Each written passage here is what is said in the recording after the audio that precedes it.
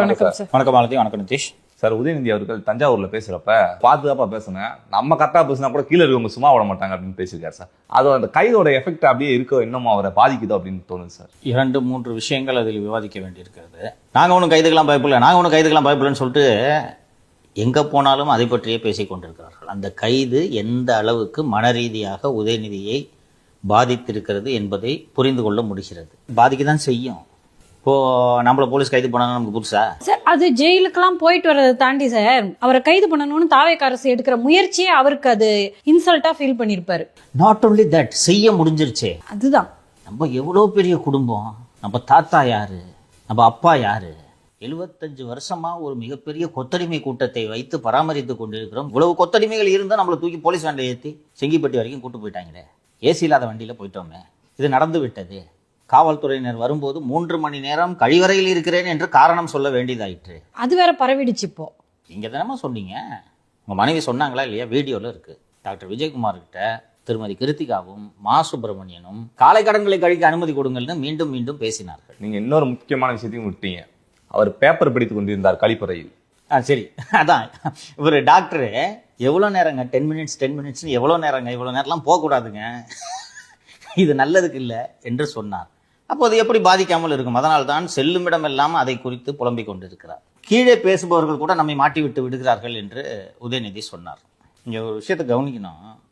திருப்பி திருப்பி நான் தப்பாக எதுவும் பேசவில்லை என்பதை நிறுவுவதற்கு உதயநிதி முயற்சித்து கொண்டிருக்கிறார். எல்லாரும் வீடியோ பார்த்தோம். அந்த வீடியோ இன்னும் சமூக வலைத்தளங்களில் இருக்கிறது. கீழே இருக்கவன் பேசுனதுக்கு கீழே இருக்கவன் மேலே தானே கேஸ் போட்டுருவாங்க. உன் மேலே ஏன் கேஸ் போட்டாங்க?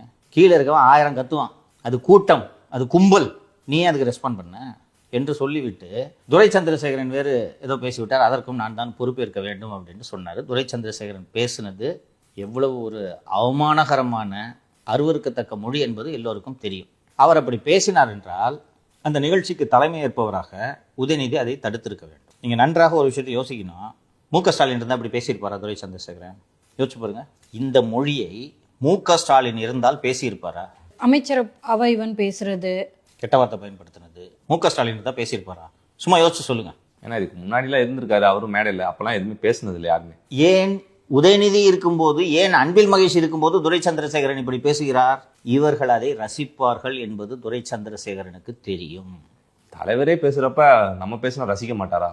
ரசிச்சாங்க தானே அவங்க 2 பேரும் உட்கார்ந்து அப்படியே உலகாங்கிதம் அடைந்து அந்த பேச்சை ரசித்தார்களா இல்லையா?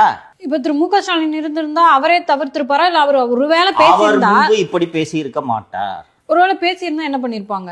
இதெல்லாம் பேசாதீங்கன்னா அங்கே தடுத்திருப்பார்கள். இதை அவர் ரசிக்கக்கூடியவர் அல்ல. அந்த கிரெடிட்டை மு.க. ஸ்டாலினுக்கு நம்ம கொடுத்துதான் ஆக வேண்டும். இந்த மாதிரி சல்லித்தனமான புத்தி மு.க. ஸ்டாலினுக்கு இல்லை என்று நான் நம்புகிறேன். இது வரைக்கும் அவரை வச்சுக்கிட்டு இவங்க யாரும் இந்த மாதிரி ஆபாசமாக பேசியதில்லை. இவங்க 2 பேரும் இருக்கும்போது இந்த மொழியை இவர் பயன்படுத்துகிறார் என்றால் இவர்களுக்கு இது பிடிக்கும். இப்படி நாம் பேசுவதை இவர்கள் ரசிப்பார்கள் என்பது துரை சந்திரசேகரனுக்கு தெரிந்ததால் தான் அப்படி பேசுகிறார். ஸோ இவர்களுடைய புத்தி இப்படிப்பட்டது தான் என்பதை நாம் தொடர்ந்து பல ஆண்டுகளாக பார்த்து கொண்டிருக்கிறோம். எல்லாரும் பேசும்போது தான்ப்பா கீழே இருந்து கத்துவான்.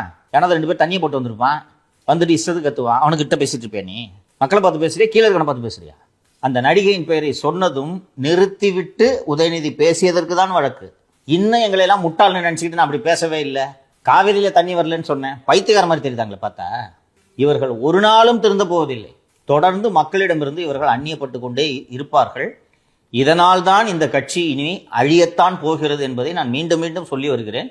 அதை நிரூபிக்கும் வகையில் தான் இவர்கள் நடந்து கொண்டிருக்கிறார்கள். இன்னொரு விஷயம் சார், அமைச்சர் கீர்த்தனா அவர்கள் மீது இணையதளங்கள்ல தொடர்ந்து தனிப்பட்ட தாக்குதலை பண்ண ஆரம்பிச்சிட்டாங்களே. ஒரு எதிர்கட்சியா திமுகவோட வேலை என்ன? தாவேக அரசு என்ன தப்பு பண்ணுது அப்படின்னு சுட்டி காட்டுறது, மக்களோட நிக்கிறது. அதை விட்டு இந்த தனிப்பட்ட தாக்குதல்கள்லாம் ஏன் சார் பண்ணிட்டு இருக்காங்க? இது இந்த கட்சியோட டிஎன்ஏ என்றதை நான் பல முறை சொல்லியிருக்கிறேம்மா. ஜெயலலிதாவை விமர்சனம் செய்வதற்கு பல முறை சோபன் பாபுவின் பெயரை கருணாநிதி பயன்படுத்தியிருக்கிறார். சோபன் பாபு எங்கிருந்து வந்தார்? அவர் அப்படி பேசுவார். இவர்கள் வேறு எப்படி பேசுவார்கள்? இன்னும் பாடம் கத்துக்கலையா சார் இந்த திமுக? எப்போதும் கற்றுக்கொள்ள மாட்டார்கள். நீங்க என்னதான் ஃபேர்னஸ் கிரீம் பூசுனீங்கனாலும் உங்களோட ஸ்கின் டோனை மாற்ற முடியுமா? உங்களுடைய டிஎன்ஏ என்ன என்பது நீங்கள் பிறக்கும் போது உருவாகிறது. டிஎன்ஏ மாற்ற முடியுமா? அதனால்தான் பல முறை நான் சொல்லி இருக்கிறேன், திமுக கருவின் குற்றம். யாரோ ஒரு பொண்ணு ஒரு மினிஸ் கட்டும் போல ஒரு உடை அணிந்திருக்கு, அது மலேசியா பெண், எங்கேயோ இருக்கட்டுமா, கீர்த்தனாவே அணியட்டுமே. உனக்குனே வந்துச்சு. கீர்த்தனா தொழில்துறை அமைச்சராக சரியாக செயல்படவில்லை. கீர்த்தனாவின் அமைச்சரவையில் முதலீடுகள் வரவில்லை, தொழிற்சாலைகள் சரியாக இயங்கவில்லை. சொல்லுங்க, ஆடைக்கு எங்க போறீங்க? இளைஞரணி மாநாட்டில் கவர்ச்சி நடனத்தை போட்டவர்கள் தானே நீங்கள், போட்டீர்களா இல்லையா? இது மட்டுமல்ல, தாவேக அரசு இதையெல்லாம் சந்திக்கத்தான் வேண்டும், கவனமாகவும் இருக்க வேண்டும். எல்லா அமைச்சர்கள் மீதும் குறிவைத்து தாக்குதல் நடக்கிறது. சில பேர் அம்மை போட்டா மகமாயை இறங்கிடுச்சு, அம்மை போன பிறகு மகமாய் வேண்டுதலை நிறைவேற்றணும்னு சொல்லிட்டு பலர் நம்புகிறார்கள். அதுபோல் நம்பி அம்மன் கோவில்களுக்கு செல்லும் வழக்கம் நமது ஊரில் இருக்கிறது. அப்படி வேண்டுதலை நிறைவேற்றும் பக்தர்களின் வசதிக்காக ஒரு மண்டபம் கட்டுகிறோம் என்பதுதான் அறிவிப்பு. அம்மாவாத்தவங்களெல்லாம் ஒன்னா மண்டபத்தில் தங்க வைக்கிறாங்க, மூட நம்பிக்கை அரசு எப்படி கிளப்பி விட்டாங்க. ரமேஷை குறிப்பிட்டார். அதை நள்ளிரவில் இந்த வதந்தியை பரப்புகிறார்கள். உடனே திமுக சார்ந்த சொம்பு மருத்துவர்கள் இருக்கிறார்கள், ஒரு 10 பேர். ஐயையோ மூட நம்பிக்கை பார்த்தீர்களா? சுகாதாரத்துறை அமைச்சராக ஒரு டாக்டர் இருக்காரியா இந்த கவர்மெண்ட்ல. இன்னொன்னு, 2026 போய் இப்படி அம்மாவாத்தவங்களை மண்டபத்தில் தங்க வைக்கிற அளவுக்கு முட்டாள்தனமாக இந்த அரசு இருக்க போகிறது. ஆனா யோசிக்கிறதுலாம் கிடையாது, பரப்புறது வதந்தி. புரியுதா? அதே போல மதுவிலக்குத்துறை அமைச்சர் திரு விக்னேஷ் அவர் நூற்றுக்கணக்கான கோடி சொத்துக்களை குவித்து விட்டார்னு. இது போன்ற தாக்குதல்கள் எல்லாம் வரத்தான் செய்யும். இது எதுக்குன்னா, அனுபவம் இல்லாதவர்கள், புதியவர்கள். நீங்க இங்க திமுகலையோ அதிமுகவில் இருக்கவர்கள் மீதோ இது போல ஊழல் குற்றச்சாட்டை சுமத்தினீர்கள் என்றால் இப்படி தட்டி விட்டு அவர்கள் கடந்து சென்று விடுவார்கள். இவர்கள் புதியவர்கள் என்பதால் இவர்களை நிலைக்குலைய செய்ய வேண்டும். நான் பலமுறை மாலதிகிட்ட சொல்லியிருக்கேன், இவங்களை பற்றி சமூக வலைதளத்தில் அது இதுன்ட்டு ஏதாவது எழுதுனாங்கன்னா உங்கள் மனதில் புகுந்து உங்கள் நிதானத்தை தவற வைக்க வேண்டும் என்பதுதான் இது போன்ற வதந்திகளின், இந்த பதிவுகளின் நோக்கம். அதற்கு நீங்கள் இடம் கொடுத்தீர்கள் என்றால் நீங்கள் பலவீனமானவர்கள் என்று பொருள். ஸோ இந்த அமைச்சர் பெருமக்களுக்கும் நான் இதைத்தான் சொல்ல விரும்புகிறேன். இது மாதிரி 100 வரும். குறிப்பாக கீர்த்தனா பெண் என்பதால் கூடுதல் தாக்குதல்கள் வரும். கீர்த்தனா ஓரமாவை திமுக ஆட்சியில் திமுக அரசை விமர்சித்து ஒரு வார்த்தை நீங்கள் சமூக வலைத்தளங்களில் ஃபேஸ்புக்லேயோ ட்விட்டர்லையோ இன்ஸ்டாலையோ எங்கேயாவது போட்டிங்கன்னா கொசன்னு திமுக ஐடி அசிங்கமாக எழுதி. So for example Shalin Maria அவங்களையும் இதே மாதிரி சார் ஏதோ ஒரு படத்தோட கிளிப்பை எடுத்துட்டு வந்து போட்டு இதுதான் அவங்கன்னு சொல்லிட்டு பிரச்சாரம் பண்ணிட்டு இருந்தாங்க. சேனலுக்கு ஜாயின் பண்ணுறதுக்கு முன்னாடி நாங்கள் இதே போல் ஒரு மூணாருக்கு சுற்றுலா போயிருந்தோம். அந்த நம்ம டீம் எல்லாம் போயிருந்தோம். அந்த கோல்டு கிளைமேட் ஒத்துக்காமல் மாலதிக்கு கண்டினியூஸ் தும்மல், அப்படி தண்ணி மூக்கில் ஒழுகிட்டே இருக்கு. கோல்டு ஒத்துக்கல, அவங்க தும்முறாங்க. மாலதி கொக்கைன் பயன்படுத்துகிறார். அது ஒரு வீடியோ. இப்போ அதோட நோக்கம் என்னன்னா, மாலதியை பார்த்துட்டு ஐயோயோ இப்படி என்ன செய்து விட்டார்கள் என்று மாலதி பொது வாழ்க்கையிலிருந்து விலக வேண்டும். இதுதான் நோக்கம். ஸோ இந்த அமைச்சர் பெருமக்கள் எல்லாம் இது மாதிரி இன்னும் 100 தாக்குதல் வரும். உண்மையான தாக்குதலாக இருந்தால் நீங்கள் எதிர்கொள்ளணும். பொய்யான தாக்குதல்களாக இருந்தால் கடந்து செல்ல முயற்சி செய்யுங்கள். இதுலேயும் சார், இந்த டிஆர்பி ராஜா அவர்கள் முன்னாடி ஒரு ட்விட்டில் போட்டிருக்காரு, எங்களுக்கு நாகரிக அரசியெல்லாம் பண்ண தெரியாதுங்க, இதெல்லாம் நான் எதுக்கு பண்ணணும் அப்படின்ட்டு. இன்னைக்கு ஒரு பெண்ணை இப்படி தாக்கலாமா அப்படின்னு ட்விட்டு போடுறாரு. தம்பி, திமுகவில் பெரும்பாலானோர் வக்ரபுத்தி கொண்டவர்கள். டிஆர்பி ராஜாலாம் வக்ரபுத்தியின் உச்சம். இந்த ஐடி விங்கின் பயன்பாட்டை புரிந்து கொண்டு இந்த தொழில்நுட்பத்தை பெரிய அளவுக்கு பயன்படுத்த வேண்டும் என்று தொழில்நுட்பம் தெரிந்தவரான பிடிஆர் தியாகராஜன் தான் திமுகவின் தகவல் தொழில்நுட்ப பிரிவுக்கு தலைவராக இருந்தார். ஒரே ஒருத்தன், எவனாவது ஒருத்தன் திமுக ஐடி விங்கிலேருந்து பெண்களை அவதூறாக பேசினா இங்கேருந்து ஃபோன் போகும். கட்சியில் இருக்கணுமா வேணாமா தம்பி, போய் நீக்கு. இப்படி எழுதினீங்கன்னா ஒருத்தனுக்கும் கட்சியில் இடம் இல்லை. பிடிஆர் பர்சனலாக ஃபாலோ பண்ண வருது. பிடிஆர் ஆஃபீஸ்க்கு சார் இந்த பாருங்க சார் இப்படி ஒருத்தன் போட்டிருக்கான் சார்னு போனான்னா கூப்பிட்டு நீ ஃபோனை போடு, அதை நீக்கலைன்னா கட்சி பதவி தூக்கிடுவேன், கட்சியை விட்டே தூக்கிடுவேன்னு சொல்லு. இவங்களுக்கு இது என்னது, நம்ம கட்சியில் போய் டீசெண்டாக இந்த மாதிரி நடந்துகிட்டு இருக்காங்க. வாட் நான் சென்ஸ். அசிங்கமாகவும் ஆபாசமாகவும் பேசாதவனுக்கு திமுக என்ன வேலை அப்படின்னு அவர் அந்த பதவியை விட்டு தூக்குனாங்க. You are not qualified. Yes, இந்த வக்ரபுத்தி படைத்த ராஜாவை கொண்டு வந்து இந்த பதவிக்கு அமர்த்தினார்கள். அன்று முதல் இந்த தாக்குதல் தொடர்கிறது. நீயே சொன்ன, எங்களுக்கு நாகரிக அரசியல் இனிமேல் நாங்கள் பண்ண மாட்டோம். டேய், நீங்க என்னைக்குமே நாகரிக அரசியல் பண்ணதில்லடா. நாகரிகத்து உங்களுக்கு என்னடா சம்பந்தம்? அவரே தோத்துட்டார்ல சார். ஆமா, இதை ஒரு வாடிக்கையாகவே வைத்திருக்கிறார்கள். ஸோ இது புதிதல்ல, இது தொடரும். குறிப்பாக தாவேகாவின் பெண் எம்எல்ஏக்கள், பெண் நிர்வாகிகள், பெண் அமைச்சர்கள், இவர்கள் மீது இது போன்ற தாக்குதல்கள் தொடரும். அண்ட் தாவேகா அரசுக்கு நான் சொல்வது, இது போன்ற ஆபாச தாக்குதல்களை இவர்கள் தொடுத்தார்கள் என்றால் வழக்கு பதிவு செய்யுங்கள், கைது செய்யுங்கள் என்று நான் கோரவில்லை. வழக்கு பதிவு செய்யுங்கள், குற்றப்பத்திரிகை தாக்கல் செய்து நீதிமன்றத்தின் முன்பு அவர்களை நிறுத்துங்கள். சமரசம் பார்க்காம பண்ணுங்கன்றேன். கைது தானே தவறுன்றீங்க, வழக்கு பதிவு செய்வதில் ஒன்றும் தவறு இல்லையே. இல்லை, இது சரியான பேச்சு தான் என்பதை அவர்கள் நீதிமன்றத்தில் நிரூபித்துக் கொள்ளட்டும். அதனால கைதுக்கு தான் நீதிமன்றங்கள், பேசுறதுக்கு எழுதுறதுக்கு எதுக்கே கைது பண்றேன்னு கேட்குது. நமக்கும் அதில் உடன்பாடு தான். ஆனால் வழக்கு பதிவு செய்யுங்கள் என்கிறேன். அண்ட் எந்தெந்த ஹேண்டில்ஸ் எல்லாம் அமைச்சர் கீர்த்தனா அவர்களை பற்றி இப்படி ஒரு அவதூறை பரப்பியதோ அத்தனை ஹேண்டில்ஸ் மேலேயும் வழக்கு பதிவு செய்யுங்கள். விசாரணைக்கு அழைக்கலாம்ல, தவறு இல்லைல்ல. கைது ரிமாண்டை தானே நீதிமன்றம் கேள்வி கேட்கிறது. விசாரணைக்கு அழைக்கலாம்ல, வழக்கு பதிவு செய்யுங்க, விசாரணைக்கு கூப்பிடுங்க. திரு உதயநிதி அவர்கள் வந்து கைது செய்யப்படும் போது அது ஒரு பொம்பளை கேஸ்ன்னு சொல்லிட்டு மக்கள் அவருக்கு எதிராக தான் நின்னாங்க. ஆமா, சமூகம் இதை ஏற்காதுமா. அப்படி இருக்கும்போது இல்ல, நாளைக்கு இவங்க ஒருவேளை ஐயோ தாவேக அரசு எங்க மேல எல்லாம் வழக்கு பதிவு பண்ணுதுன்னு சொன்னாலும் மக்கள் அவங்கள புறக்கணிக்க தான் செய்வாங்க. அப்ப கீர்த்தனம் இப்படி பேசுனதை ஏத்துப்பாங்களா மக்கள்? எந்த மக்கள் ஏற்றுக்கொள்வார்கள்? உங்கள் கட்சியின் துணை பொதுச் செயலாளர் கனிமொழி அவர்கள் இதை கண்டித்து எழுதியிருக்கிறார். அரசியல்ல இருக்கக்கூடிய பெண்கள் மீது ஆபாச தாக்குதல் எப்போது நிற்குமோ என்று தெரியவில்லை. நான் அவர் டிஆர்பி ராஜாவுக்காக தான் எழுதினது. அந்த எனக்கு கனிமொழி பற்றி தெரிந்ததனால் சொல்கிறேன். அவர் ராஜாவுக்காக தான் எழுதினது. மகளிர் அணியில் இருக்கக்கூடிய நிர்வாகிகளை மூர்த்தியிடமிருந்து காப்பாற்ற முடியவில்லையே என்று கனிமொழி அடைந்த வேதனை வெளியே சொல்ல முடியாது. அவங்க கட்சி நிர்வாகிகளை காப்பாற்ற முடியல தெரியுமா? அதெல்லாம் தாண்டி தான் கனிமொழி இன்னைக்கு இங்க நிக்கிறாங்க.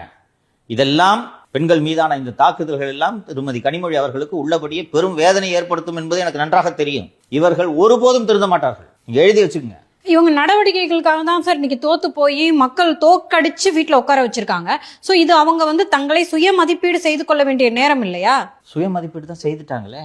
நம்ம நல்ல அறிவாளியா இருந்தோம், இவனுங்க பூரா முட்டா பயிலுங்க. அதனால் இப்படி ஒரு அரசாங்கத்தை தேர்ந்தெடுத்துட்டாங்க. நாங்க தான் இன்னும் அந்த தோல்வி ஏத்துக்கவே இல்லையே. 8000 வாக்கு வித்தியாசத்தில் ஒருவர் தோல்வி அடைந்திருக்கிறார். வாக்கு எண்ணிக்கையில் குளறுபடி, வாக்கு இயந்திரம் சரியில்லை, அந்த டப்பா ஓட்டையா இருக்கு. இப்படி வழக்கு போட்டு என்ன ஆக போகிறது? அதுலயா நான் தான் வெற்றி பெற்றேன்னு அறிவிக்கணுமா? என்ன சார்? உள்ளபடியே திமுகவின் தோல்விக்கு பிறகு ஸ்டாலின் அவர்கள் கண்ணியமாகத்தான் நடந்து கொண்டார். ஸ்டாலின் அவர்களுக்கு அதிமுகவுக்கு ஆதரவு தந்து எடப்பாடியை முதலமைச்சராக்குவதில் உள்ளபடியே விருப்பம் இல்லை. உதயநிதி பிடித்த அடம். ஸோ அந்த தேர்தல் முடிவுகளுக்கு பிறகு ஸ்டாலின் வெளியிட்ட அறிக்கை உங்களுக்கு நினைவு இருக்கும்னு நினைக்கிறேன். மக்கள் தீர்ப்பை ஏற்றுக்கொள்கிறோம், நாங்கள் எதிர்க்கட்சி வரிசையில் அமரப்போகிறோம் சொன்னாரா? 6 மாசம் நாங்கள் தொந்தரவு பண்ண மாட்டோம். இதுவும் சொன்னார். கூட இருக்கவங்க சார் டப்பா பூரா ஓட்ட டப்பாவில் வச்சு ஓட்டு போட்டிருக்காங்க சார், சும்மா அவர் கொத்து புரோட்டான்னு காண்டாகிறாங்க சார், கேஸை போட்டு விடுவோம் சார். என்ஆர்எம்க்கும் வில்சனுக்கும் ஃபீஸ் வரணும்ல. அப்படியா? போட்டால் நீங்கள் ஜெயிச்சிருவீங்க சார், கன்ஃபார்ம். இந்த சமீரை வேற ஏமாத்துறாரு சார், மறுவாக்கு நீங்க பண்றாங்கன்றலாம் அவர் ஏமாத்துறாரு. அவரு தாவேக சார், அவரு நீதிமன்றத்துக்கு போனா நிச்சயமா நீங்க தான் ஜெயிச்சீங்கன்னு உத்தரவு சார், டிக்ளரேஷன் வாங்கிடலாம் சார் என்று வயதான காலத்தில் அவரை நிம்மதியாக இருக்க விடாமல் ஏன் அவரை மேலும் மேலும் வேதனைக்கு உள்ளாக்குகிறார்கள் என்று எனக்கு உள்ளபடியே வருத்தமாக இருக்கிறது. விடுங்க. புண்பட்ட மனதில் மீண்டும் மீண்டும் மிளகா அப்படியே தூங்குறாங்க சார். கண்டிப்பா சார். நேற்று நடந்த சட்டப்பேரவை நிகழ்வுல முதல்வர் விஜய் அவர்கள் எந்திரிச்சு பறந்து விமான நிலையம் அமைக்கிறத நாங்கள் கைவிடுறோம் அப்படின்னு சொல்லியிருக்காரு சார். இன்னொரு டவுட், நேற்று என்ன நாள் சார்? என்ன ஒன்றும் இல்லை, நேற்று திங்கட்கிழமை தமிழ்நாட்டு வளர்ச்சியின் கருப்பு நாள் சார். நீங்க அதை எப்படி மறக்கலாம்? சொல்றேன். ஏன் டிஆர்பி ராஜா அவர்கள் பேர் சொல்லியிருக்காரு. ஏன் கருப்பு நாள் என்பதை எல்லாம் விரிவாக சொல்கிறேன். ஃபர்ஸ்ட் முதல்வர் ஏன் இந்த முடிவை எடுத்தார் நான் கேட்குறேன். 2 பேரும் பதில் சொல்லுங்க. நிறைய பேர் எழுப்பக்கூடிய இந்த வாதம் சரியாகத்தானே இருக்கிறது. 10 ஆண்டுகள் தமிழகம் வளர்ச்சியில் பின்னோக்கி போகிறது என்று பெரும்பாலான தொழில்துறை வல்லுநர்கள் தெரிவிக்கிறார்கள், நடுநிலையானோரும் கருத்து தெரிவிக்கிறார்கள். அப்போ விஜய் ஒரு தப்பான முடிவு தானே எடுத்திருக்காரு. 1000 ஏக்கர்கள் இருக்கு, எல்லாமே வந்து பொன் விளைந்த பூமி, நீர்நிலைகள்லாம் இருக்கு. அப்படி இருக்கப்ப ஒரு மாற்று வழி ஏதாவது இருந்து அதை கண்டுபிடிச்சு அதை செயல்படுத்தலாமே சார். சார் அவர் வந்து முதலமைச்சரா வரதுக்கு முன்னாடி ப்ராமிஸ் பண்ணியிருந்தாரு சார். ஃபர்ஸ்ட் அவர் கையில் எடுத்தது பரந்தூர் போராட்டம் தான். ஸோ முதலமைச்சரா வந்துட்டதுக்கு அப்புறம் அதை நிறைவேற்றலைன்னா திமுக மாதிரி ஆயிட மாட்டாரா சார் அவரும்? இது அரசியல் ரீதியான காரணம், மிகச்சரியான காரணம். முதல்வர் விஜய் அவர்களுக்கு பிரதமர் ஆசை இருக்கிறது என்பது உண்மை. நாளையோ மற்றொரு நாளோ விரிவாக பேசுவோம், பெரிய சப்ஜெக்ட் அது. ஆலப்புறம் தமிழன். ஆமாம். ஆக அப்படி ஒரு வாக்குறுதியை கொடுத்து விட்டு அவரது அரசியல் வாழ்க்கையில் முதல் முறையாக களத்திற்கு சென்ற இடம் பறந்தோம். அங்கே சென்ற அந்த மக்களுக்கு வாக்குறுதி கொடுத்து விட்டு தொழில் வளர்ச்சி காரணமாக இல்லை அங்கே தாங்க ஏர்போர்ட் வரும் என்று சொல்வது விஜய் என்ற அரசியல்வாதியின்